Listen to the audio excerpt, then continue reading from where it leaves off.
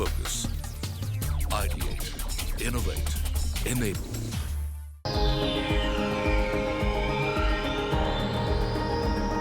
Forbes India presents GoKwik, Future of Commerce Conclave.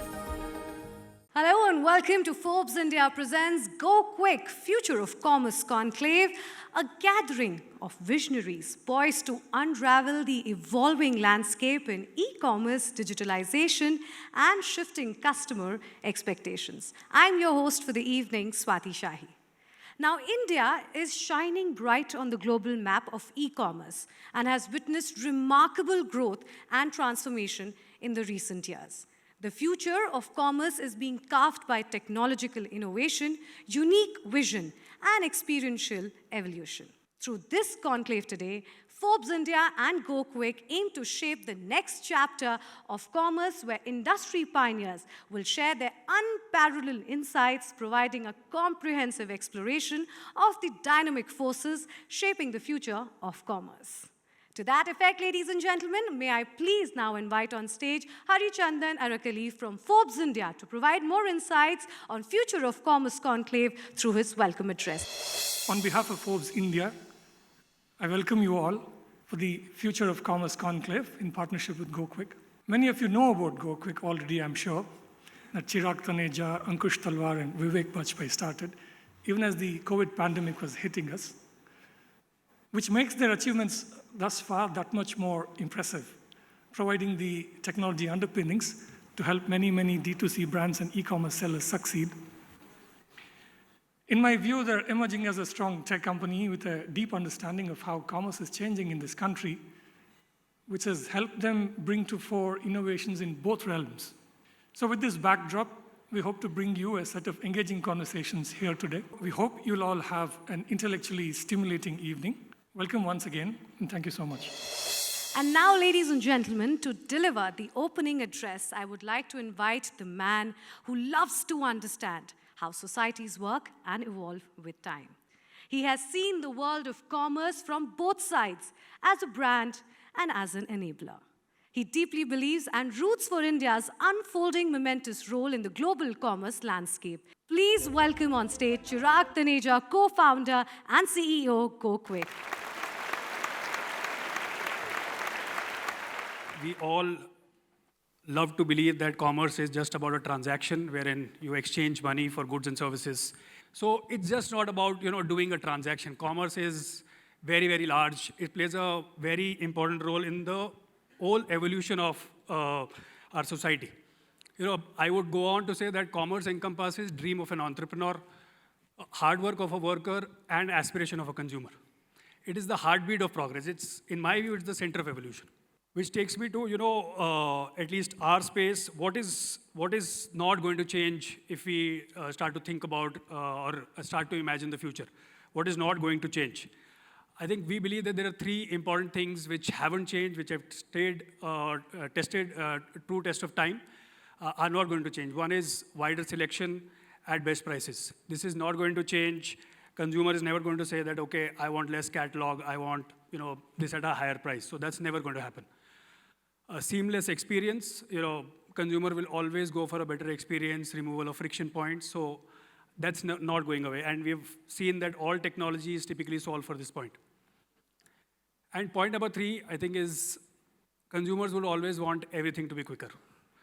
Whether it is deliveries, whether it is website loading fast. So everything has to be quicker. It's been a tectonic shift from where we were to, where commerce has come. Which takes me to, the pursuit of quickness in the purchase funnel will continue in the future as well. And I just wanted to give the future view of this purchase funnel as well.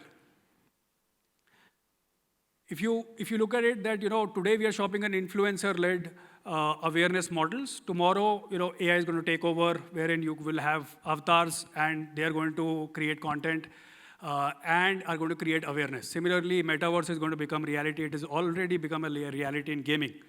Similarly, on try-ons, as Apple, releases AR, VR this year, my sense is that this is going to become even more real this year. I think this is a small contribution what we have been able to do in the commerce landscape in our short 3-year journey. We're still an infant trying to come out. But we were born in 2020. As you know, the introduction said that we're a pandemic-born company, and then understood India really well, cash-on-delivery problems, to now we've, across the board, been able to solve RTO fraud statements over 20% for brands. Similarly, conversion rates have gone up by more than 40%. Multi-mode payment methods are available with us. You know, on an annualized basis, we process $1.3 billion of GMV through GoKwik network. So that's the journey which we have done. That's our contribution to the commerce landscape. Today, we have scanned 150 million shoppers on the GoKwik network, which is 3 times larger than the Prime Shopper network. And you know, it's much larger than the Club Vistara or the large Myntra Insider programs. So that's been our contribution to the overall landscape. Thank you. Ladies and gentlemen, it's now time for the first fireside chat of the evening on pioneering the future of commerce. Anand, you started Mensa at the peak of COVID. Vaccines were yet to reach us.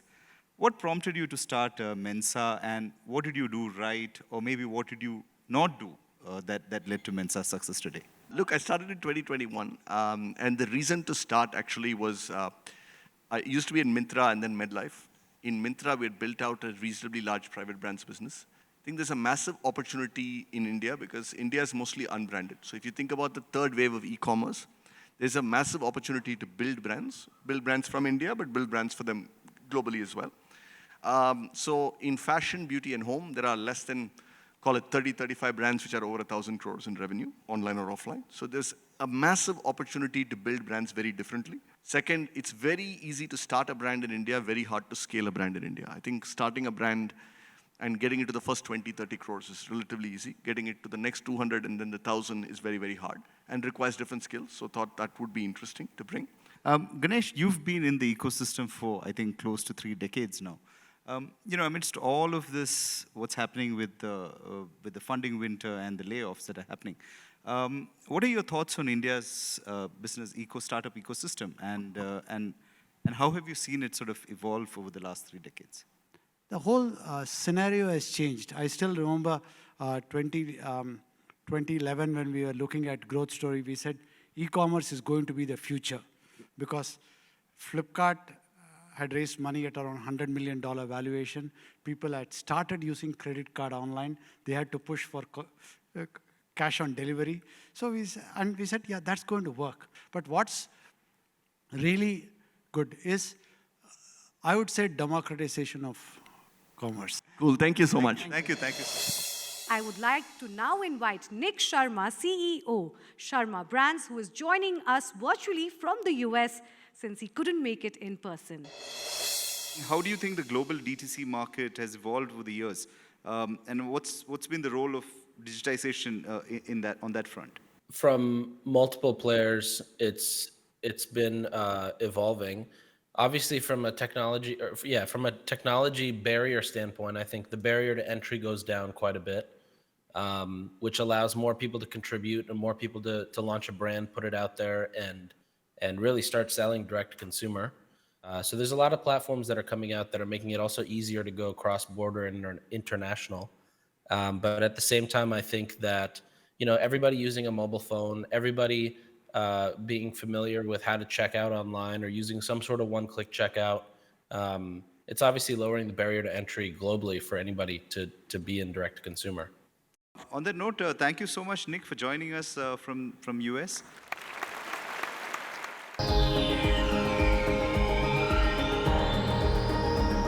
Forbes India presents GoKwik, Future of Commerce Conclave.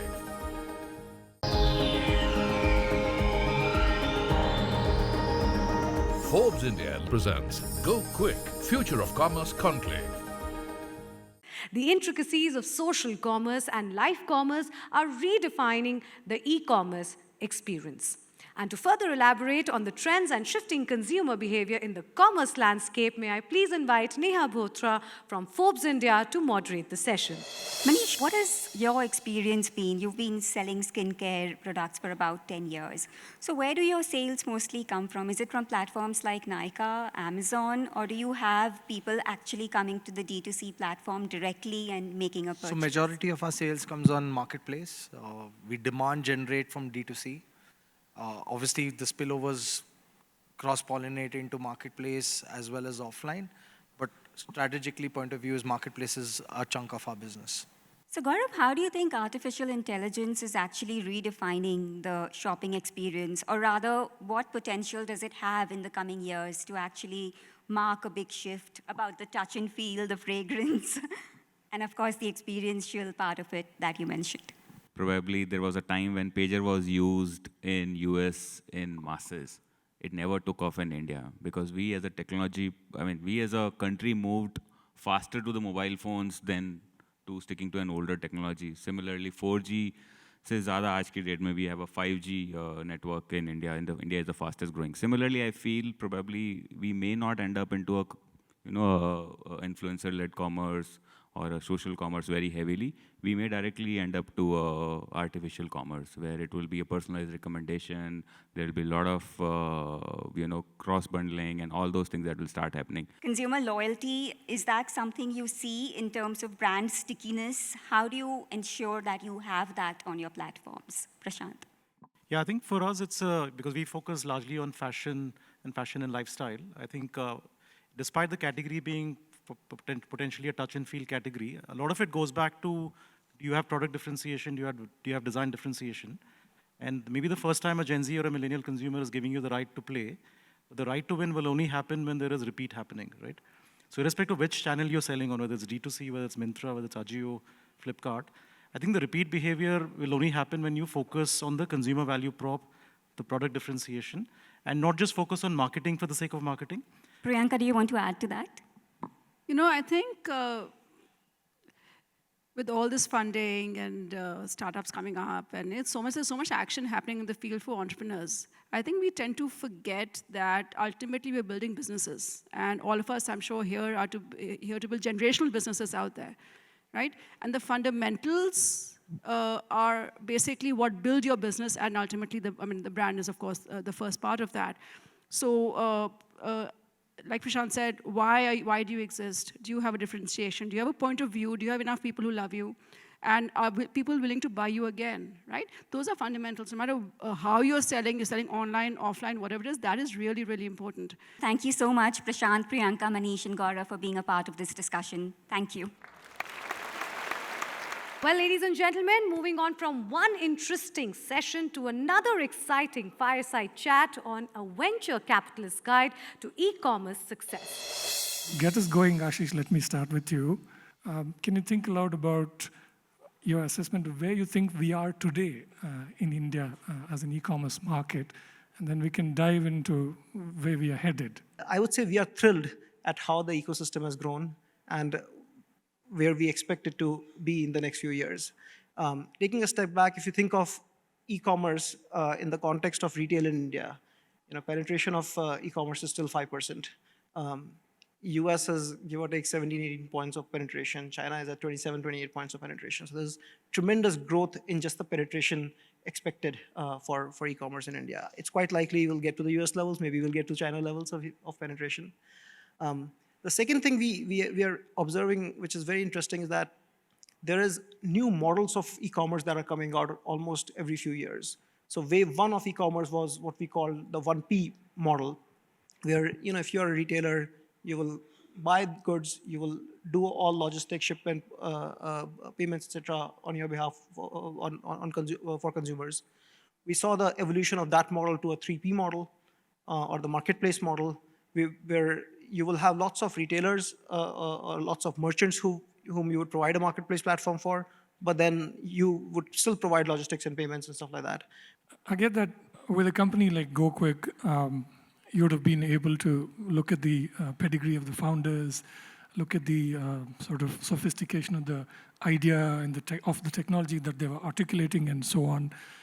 When you look at an actual D2C brand itself, which might use the services and products of a company like GoKwik, what kind of signals would you look for as VC investors if you were to try and decide on investing in them? So again, depends on what stage of the business it is. When it's very early on, we would typically look at three things. One, on just the founders in the team, do they have any unique insight about the product that they're trying to build or the market that they're trying to go after, which is differentiated? So that's really the starting point. Without that, there's just nothing. Second, at least the place or the time that we'll typically like to come in, at least some bit of business should have been built out. Maybe at least 6 months, 1 year, something. And there we are truly checking for customer love. Whether products that have been launched, how are customers reacting to it. There are many ways you can see that. It shows up in gross margins, it shows up in CAC versus industry, it shows up in organic growth. But the purest form is actually just repeat purchase. If there's enough time frame has passed and you can actually see repeat purchases happening, that gives you the best possible signal that there is something to it. Insightful, compact conversation. Please put your hands together for Ashish and Rajat. Well, moving on to our next discussion of the evening. Now, technology accelerators are emerging as dynamic catalysts leading the e-commerce industry into new frontiers. The transformative impact of tech accelerators on e-commerce is fostering disruptive technologies and reshaping the future of digital retail. And to discuss how tech accelerators are empowering the e-commerce space, I would like to request Manu to please come back on stage to moderate the session. Varga, I was looking at your profile, and what I understand, you started Shopify in India. Of course, now you're with Wix. And Shopify has been here for, I think, over a decade now. And when you speak about, removing barriers, you see that has completely been fulfilled, or you think there's still a long way to go in that front? I think there's definitely more room for growth. So even pricing is a barrier in India, to start a business. Anant and I were working together on a deal when we were at Shopify together, because there were a lot of unemployed people, during the pandemic, and there was no other option apart from starting a business. But so how does someone without any capital investment start a business? So what we thought is, let's get some dropshipping platforms, onto Shopify, and that kind of helps anyone on the planet to source products from anywhere in the world. Could be China, could be Vietnam and India, and then all they have to do is crack the marketing game and build a brand. And that became like a huge powerhouse, because now people who were desperately searching for sources of income could start a business, and that was a lifesaver for them. Nitin, with the advent of 5G, can it become a game changer in mobile commerce experiences, and what innovations can we expect in terms of faster, more interactive and immersive mobile shopping? With the advent of 5G, you are seeing more and more people now buying on TikTok. Now, today, from a video-based selling is becoming such a major game changer. And I would take China as an example, where TikTok is called Douyin, where today almost 10% of the sales that's happening online is happening through that particular channel.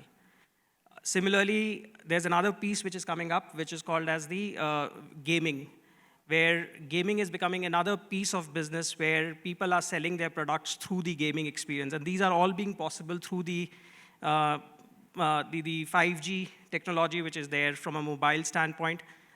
People are now finding other ways and means to get engaged with the customers and be selling the product. Anant, in what ways is generative AI positioned to sort of revolutionize the industry, and what transformative potential does it carry? At the end of the day, what we can do for not disrupting the flow is profile consumers or profile customers, right? The same customer who's going to order 5 shirts and not, let's say, pay across multiple things could be a profile or a particular segment of consumers. And there could be another segment of customers who are probably ordering once in a while, and you necessarily don't know if they want the product or don't want the product. And if it's an impulse buy, like you're scrolling at night and then you're buying it, next day you give them a call and ask exactly if this is something that you want to do. And what you see is when you segment these customers, you see a pattern emerging, right? And what you're going to do is basically use Gen AI or machine learning per se, not exactly, and profile these and make ideal classes for merchants per se, and see exactly which merchant and which category of a customer, how much is the merchant going to lose by not sacrificing what consumers they're going to give. Thank you, gentlemen, for this wonderful conversation and for your time today. Well, ladies and gentlemen, it's now time for the last panel for the evening, themed The Fintech Frontier Transforming E-Commerce Payments. I'm going to dive right in. Deep, can I start with you? and Akshay as well. I'll invite you to jump in just to get us started to talk about some of the most important emerging trends that you all are seeing in fintech that's going to change how we make e-commerce payments. And then we go from there. Payments options or the way people make payments has evolved over the last 15 odd years very, very significantly. We've seen at one point in time debit cards being extremely favorable by consumers to make payments, and it is now fairly given up its position to UPI. Right? We hardly see any debit card payments. Consumers are actually looking for the right kind of options they want to use for a specific payment type.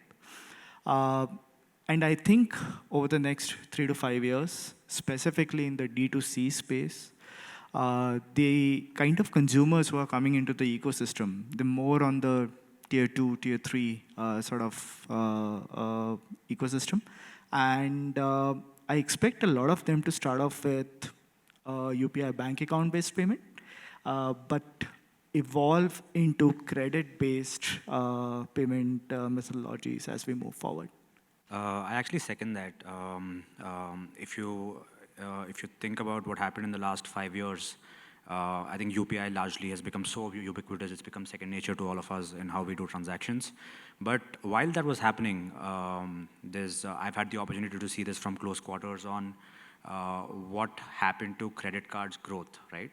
Now, while UPI was growing, credit cards also grew. Credit card spends also grew. Essentially what happened was consumers would prefer using credit cards for slightly larger ticket size purchases because there is a strong affinity for rewards. And for the more frequent transactions, they would just use UPI on the back of bank accounts, right? The next 5 years, I would say that is going to be a big shift from debit to credit.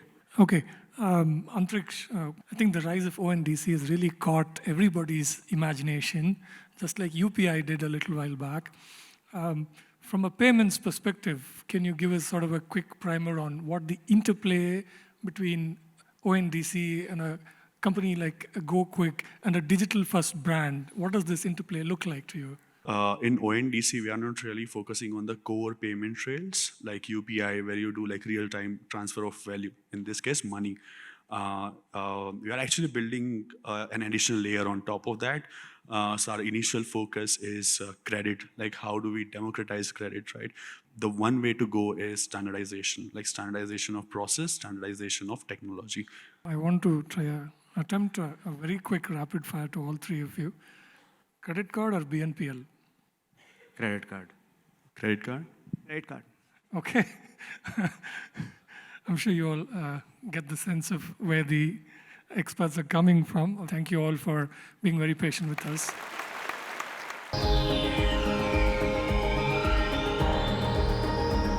Forbes India presents GoKwik, Future of Commerce Conclave.